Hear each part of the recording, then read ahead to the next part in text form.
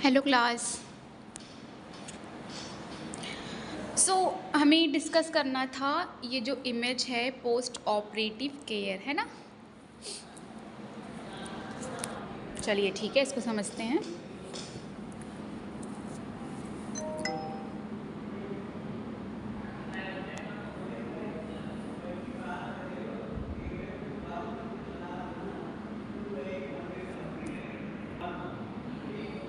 देखो इसमें क्या लिखा है, सर्जिकल प्रोसीजर, ठीक है। फिर है आपका पोस्ट ऑपरेटिव केयर एंड यहाँ पे लिखा है देखो डिस्चार्ज, है ना, discharge from health care facility, ठीक है। यानी क्या है, सर्जरी के बाद, है ना, सर्जरी के बाद पेशेंट को प्रॉपर नर्सिंग केयर दी जाती है और जब पेशेंट पूरी तरह स्टेबल हो जाता है तब डिस्चार्ज किया जाता है, ठीक है।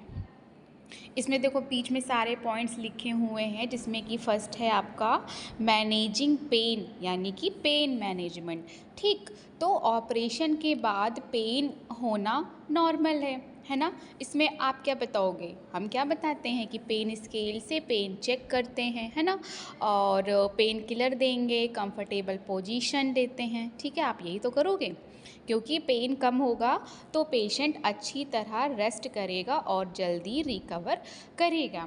नेक्स्ट देखो लिखा है सपोर्टिंग और हाँ ऑक्सीजनेशन, मतलब कि सांस को क्या है, ठीक करना, ठीक है। तो पेशेंट को ऑक्सीजन दी जा सकती है, डीप ब्रीदिंग एक्सरसाइज कराई जाती है क्योंकि बॉडी को ऑक्सीजन मिलती रहे और लंग्स इन्फेक्शन से बचे रहें।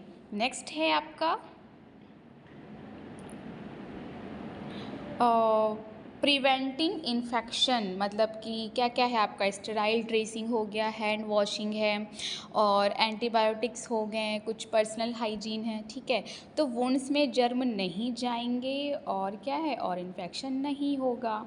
फिर लिखा है मेंटेनिंग फ्लूड, है ना, मेंटेनिंग फ्लूड बैलेंस। तो पेशेंट को आईवी फ्लूड्स, पानी इनटेक आउटपुट चार्ट मॉनिटर किया जाता है, ठीक है। बॉडी में पानी की कमी नहीं होती है और बीपी नॉर्मल रहता है इसीलिए, ठीक। फिर क्या है प्रोवाइडिंग वुंड केयर, इसमें क्या है, ड्रेसिंग चेक करना है, ब्लीडिंग देखना हो गया, पस या स्वेलिंग ऑब्जर्व करना है, ठीक है। इससे क्या है, इससे वुंड जल्दी हील होता है और इन्फेक्शन नहीं होता है। फिर है आपका मॉनिटरिंग ऑर्गन फंक्शन, ठीक है। तो हम मॉनिटर करेंगे क्या क्या, heart, lungs, kidney, brain output, urine output, ठीक है, क्योंकि किसी भी कॉम्प्लिकेशन को जल्दी आइडेंटिफाई किया जा सके इसीलिए। नेक्स्ट है आपका असिस्टिंग विद मोबिलिटी, ठीक है। तो पेशेंट को डॉक्टर की परमिशन के बाद बेड पर बिठाना, खड़े करना, है ना, चलाना, ठीक है, ये कराना है। इससे क्या है, ब्लड क्लॉट, कॉन्स्टिपेशन और निमोनिया से बचाव होता है। फिर है आपका प्रिवेंटिंग कॉम्प्लिकेशन, तो कॉम्प्लिकेशन जैसे ब्लीडिंग है, शॉक है, इन्फेक्शन हो गया, निमोनिया है ना, डीवीटी है, तो इन सब पर नज़र रखी जाती है। क्लियर। तो यही था इस इमेज में। नेक्स्ट है आपका पोस्ट ऑपरेटिव कॉम्प्लिकेशंस, मतलब कि सर्जरी के बाद होने वाली कॉम्प्लिकेशंस, ठीक है। तो पोस्ट ऑपरेटिव कॉम्प्लिकेशन का मतलब है ऑपरेशन के बाद पेशेंट को होने वाली प्रॉब्लम्स या डिजीज़ेस जो रिकवरी को स्लो कर सकती हैं और कभी कभी लाइफ थ्रेटनिंग भी हो सकती है, ठीक है। जैसे अगर अपेंडिक्स की सर्जरी के बाद वुंड में इन्फेक्शन हो जाए या ब्लीडिंग शुरू हो जाए तो ये पोस्ट ऑपरेटिव कॉम्प्लिकेशन है। क्लियर। फर्स्ट है आपका हेमरेज, हेमरेज मतलब कि क्या है, ब्रैकेट में ब्लीडिंग, ठीक है। तो हेमरेज का मतलब है बहुत ज़्यादा ब्लीडिंग होना, या सर्जरी के तुरंत बाद या कुछ घंटों बाद हो सकती है। ठीक है। हेमरेज का मतलब क्या है, बहुत ज़्यादा ब्लीडिंग होना, है ना। ये कैसा है, ये सर्जरी के बाद ये सर्जरी के तुरंत बाद है या फिर कुछ घंटों बाद हो सकता है। क्यों होता है, क्वेश्चन बनता है ना, क्यों होता है। Blood vessel damage, blood vessel का डैमेज की वजह से स्ट्रक्चर खुल जाना और ब्लड क्लॉट ना बनना, ठीक है। ब्लड थिनर मेडिसिन का भी इफ़ेक्ट हो सकता है। ओके, तो यहाँ पे साइन देखो क्या क्या है, लो BP, fast pulse, excessive bleeding. तो वही है, साइंस क्या क्या दिखेंगे आपको, लो बीपी है, फास्ट पल्स है, ड्रेसिंग से फ्रेश ब्लड आना, स्किन पेल है ना, पीली या फिर सफ़ेद पड़ना, चक्कर आना, वीकनेस है आपका, पेशेंट बेचैन होएगा, ठीक है। जैसे पेशेंट की एब्डोमिनल सर्जरी हुई, ठीक है, तो 30 मिनट बाद ड्रेसिंग पूरी ब्लड से वेट हो गई, बीपी 80/50 हो गया, ठीक है, पल्स 120 पर मिनट हो गया, तो ये हेमोरेज का साइन है। ओके, इसमें आप केयर क्या करोगे, ड्रेसिंग चेक करोगे, ड्रेन में ब्लड कितना आ रहा है ना, देखोगे, वाइटल साइन मॉनिटर करोगे, डॉक्टर को इमीडिएटली इन्फॉर्म करोगे, आईवी फ्लूइड्स और ब्लड ट्रांसफ्यूज़न प्रिपेयर करोगे, ठीक है। तो हेमोरेज मतलब याद रखिएगा, excessive bleeding after surgery. Okay,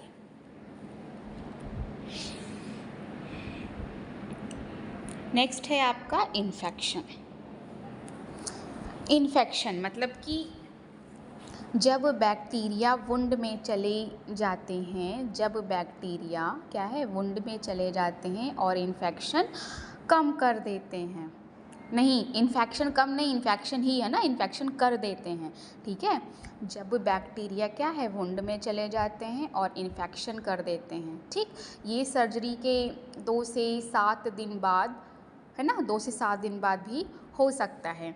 क्यों, ड्रेसिंग क्लीन नहीं होना, है ना, डर्टी हैंड्स की वजह से, पुअर हाइजीन की वजह से, डायबिटीज़ है, लो इम्यूनिटी है, ठीक है, इन सब की वजह से।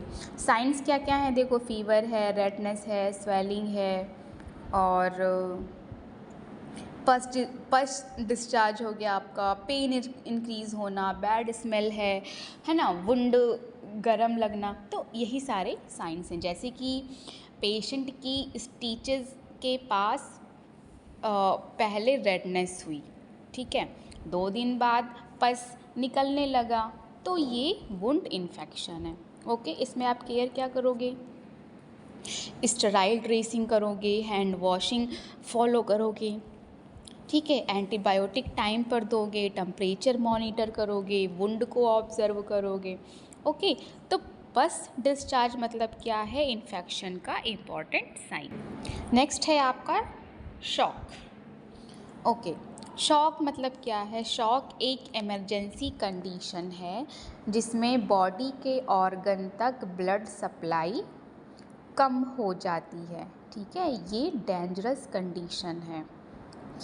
ओके, क्योंकि रीज़न क्या है, एक्सेसिव ब्लीडिंग होने की वजह से, है ना, सीवियर इन्फेक्शन से, फ्लूइड लॉस हो गया, एलर्जी है, ठीक है। साइंस क्या क्या देखो दिख रहे हैं, लो बीपी है, कोल्ड स्किन है आपका, लो बीपी हो गया, कन्फ्यूज़न है, पेल स्किन भी कह सकते हो, और रेस्टलेसनेस है, पेशेंट अनकॉन्शियस भी हो सकता है, जैसे ब्लीडिंग बहुत ज़्यादा हुई, है ना, बीपी 70/40 हो गया, तो पेशेंट को होश कम आने लगा, है ना, ये क्या है, यही शॉक है। तो इसमें आप केयर क्या करोगे, डॉक्टर को इमीडिएटली कॉल करोगे, ऑक्सीजन दो, है ना, आईवी फ्लूइड स्टार्ट करो, लेग्स एलिवेट करो अगर अलाउ हो तभी, ठीक है, वाइटल साइन मॉनिटर करो। क्लियर। नेक्स्ट है आपका रेस्पिरेटरी कॉम्प्लिकेशन। सर्जरी के बाद लंग्स में क्या है, प्रॉब्लम होना, ठीक है, जनरल एनेस्थीसिया के बाद ज़्यादा देखा जाता है, ठीक है, ये कॉम्प्लिकेशन।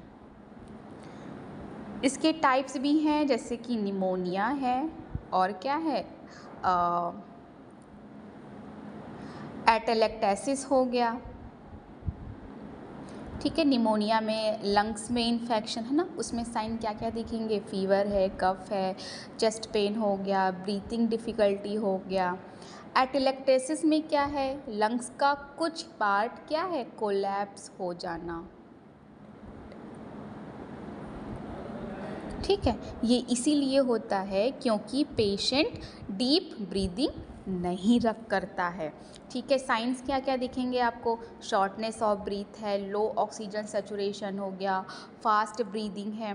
ठीक, तो ये हम बता रहे थे टाइप्स, जिसमें कि निमोनिया पढ़ा हमने, एटेलेक्टेसिस पढ़ा, और एक और है आपका ब्रीदिंग डिफ़िकल्टी। पेशेंट को क्या है, प्रॉपरली सांस लेने में प्रॉब्लम होती है। क्यों, डीप ब्रीदिंग नहीं करना है ना, बेड पर कंटिन्यूसली पड़े रहना, म्यूकस जमा हो जाना स्मोकिंग की वजह से।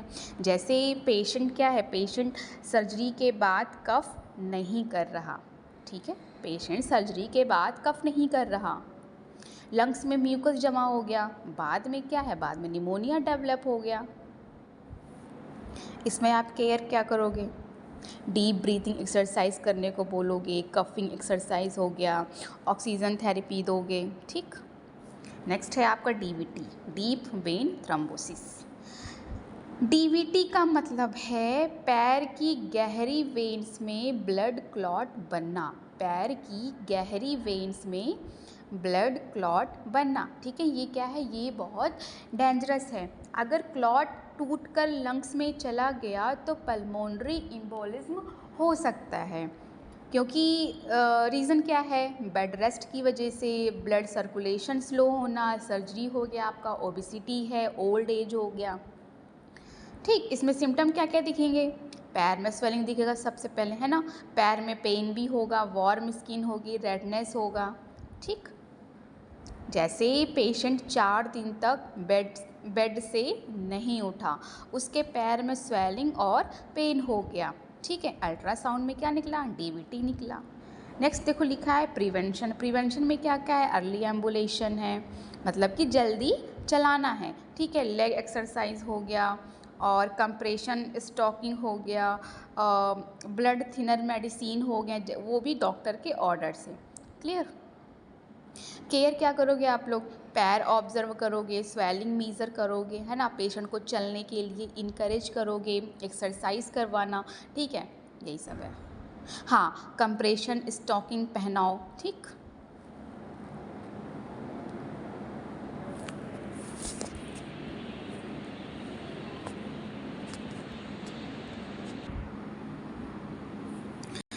ठीक है, एक बार और समझ लो। देखो, सबसे पहले समझो कि जब किसी पेशेंट की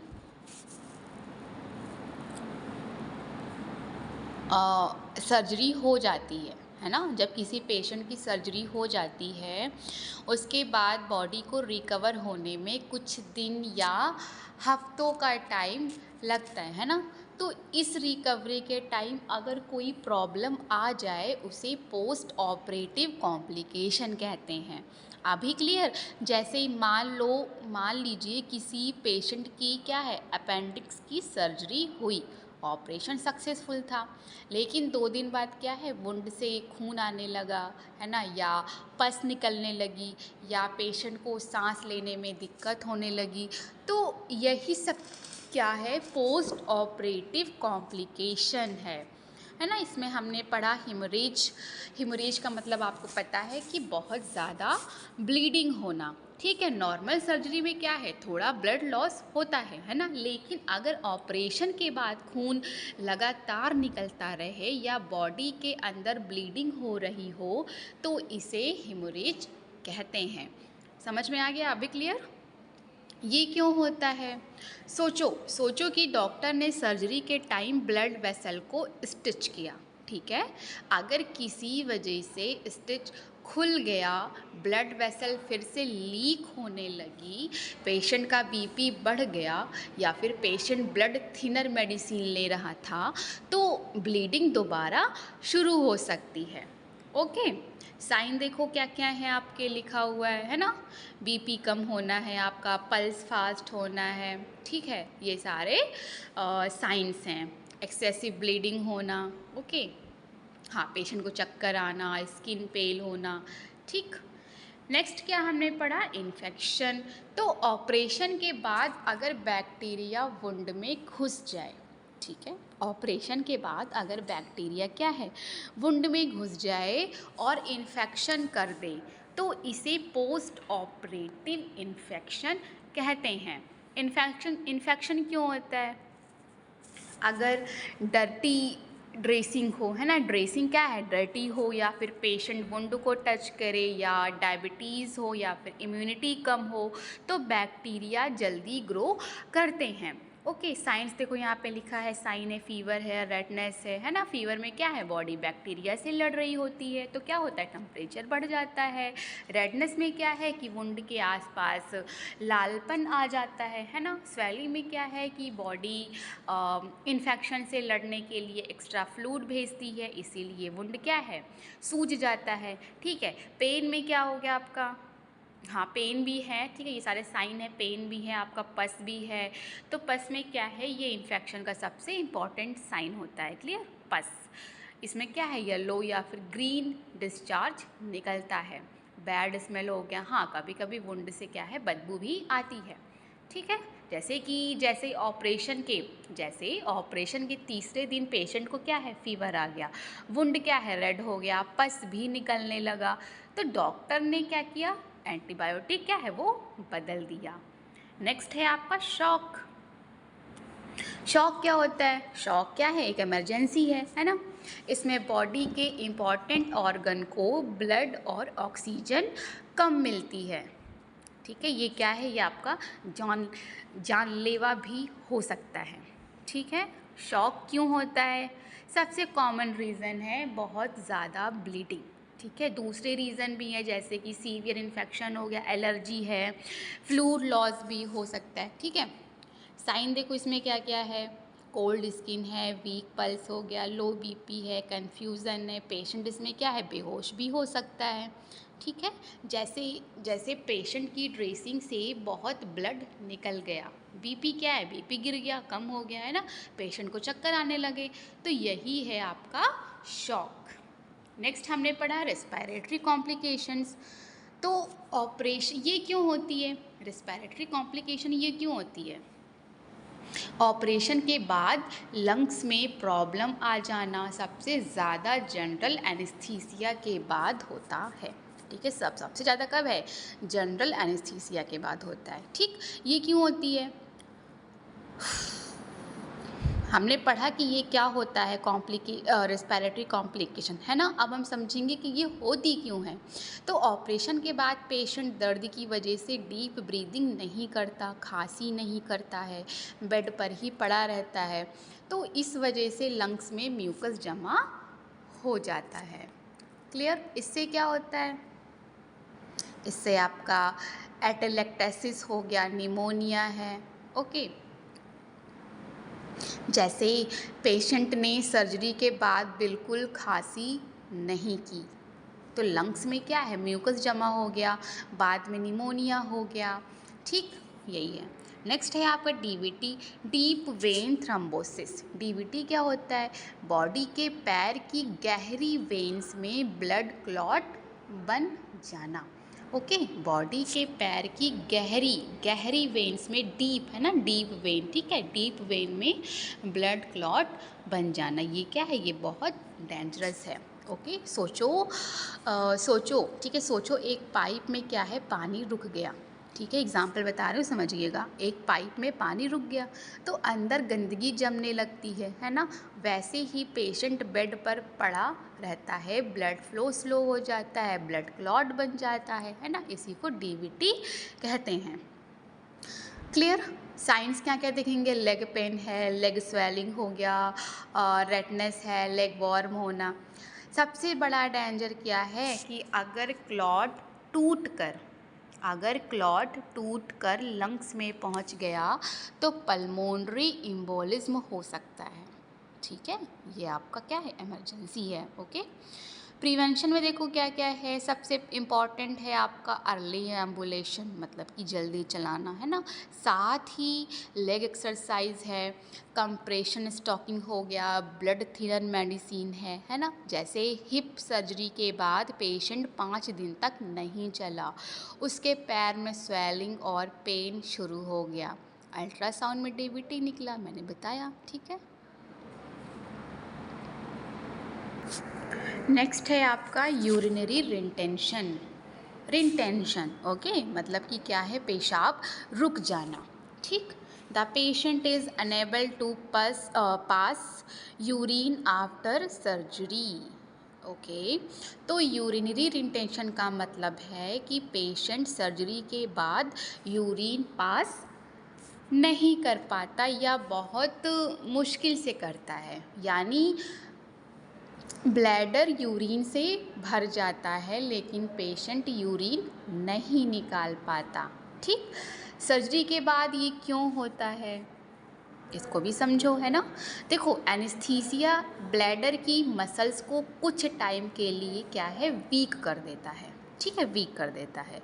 पेन की वजह से पेशेंट जोर नहीं लगा पाता, है ना। कुछ मेडिसिन ब्लैडर की एक्टिविटी कम कर देती है, ठीक है। पेशेंट बेड से उठ नहीं पाता है, ओके। तो ये सब सर्जरी के बाद होता है ना। साइन क्या क्या दिखेंगे, यूरिन पास ना होना, है ना, पेट के नीचे दर्द होना, है ना, लोअर एब्डोमेन में क्या है, दर्द या फिर स्वेलिंग होना, ब्लैडर भरा हुआ फील होना, बेचैनी होना, बार बार यूरिन की फीलिंग आना लेकिन यूरिन ना निकलना, ठीक। केयर क्या करोगे आप लोग इसमें, आप लोग पेशेंट को यूरिन पास करने के लिए इनकरेज करोगे, ठीक है, प्राइवेसी दोगे, यूरिन आउटपुट मॉनिटर करोगे, है ना। ज़रूरत पड़ने पर डॉक्टर के ऑर्डर से कैथेटर लगाया जा सकता है, ठीक। जैसे पेशेंट की हर्निया सर्जरी हुई, पेशेंट की क्या है, हर्निया सर्जरी हुई, तो 6 घंटे बाद भी यूरिन नहीं हुआ, पेशेंट के लोअर एब्डोमेन में पेन था, है ना, डॉक्टर ने कैथेटर लगाया और ब्लैडर का यूरिन बाहर निकाला, क्लियर। क्योंकि अगर यूरिन ब्लैडर में बहुत देर तक रुक जाए तो ब्लैडर डैमेज और यूरिनरी इन्फेक्शन हो सकता है, ओके। नेक्स्ट है आपका कॉन्स्टिपेशन।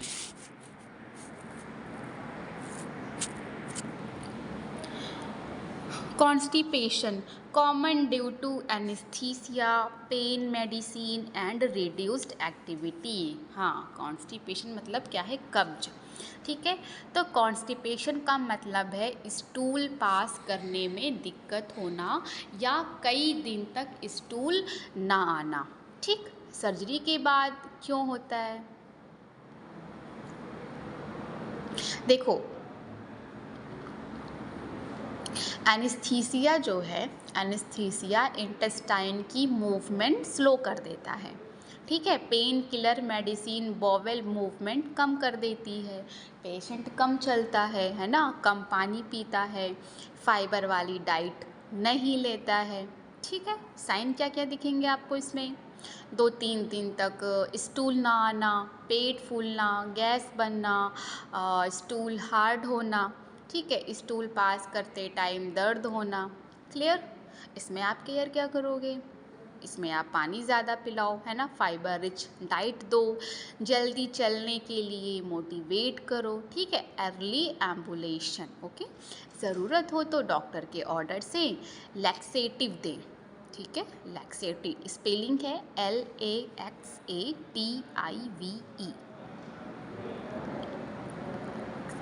ठीक है। ज़रूरत होने पे क्या देना है, लैक्सेटिव देना है डॉक्टर के ऑर्डर से, ओके। जैसे हिप सर्जरी के बाद पेशेंट 3 दिन बेड पर रहा, ठीक है, पेन किलर भी चला रहे थे, है ना, 4 दिन तक स्टूल नहीं हुआ, तो ये क्या है, यही कॉन्स्टिपेशन है, ओके। कॉन्स्टिपेशन से पेशेंट को डिस्कम्फर्ट होता है और रिकवरी स्लो हो जाती है, ओके। तो आज की क्लास में हमने पोस्ट ऑपरेटिव कॉम्प्लिकेशन के बारे में पढ़ें, ठीक है, जिसमें कि हेमरेज हो गया आपका, इन्फेक्शन है, शॉक हो गया, रेस्पिरेटरी कॉम्प्लिकेशन हमने पढ़ा, डीवीटी पढ़ा हमने, यूरिनरी रिटेंशन पढ़ा, कॉन्स्टिपेशन हो गया, है ना। तो आई होप कि आपको पोस्ट ऑपरेटिव कॉम्प्लिकेशन जो भी हैं सब समझ में आया होगा, है ना। नेक्स्ट हम पढ़ेंगे रिस्पॉन्सिबिलिटीज़, ठीक है। रिस्पॉन्सिबिलिटीज़ है, डिस्चार्ज इंस्ट्रक्शन हो गए, ये सारे हम पढ़ेंगे। एडवांटेजेस क्या क्या हैं, ठीक है। ओके क्लास, यहीं तक रखते हैं आज। Thank you.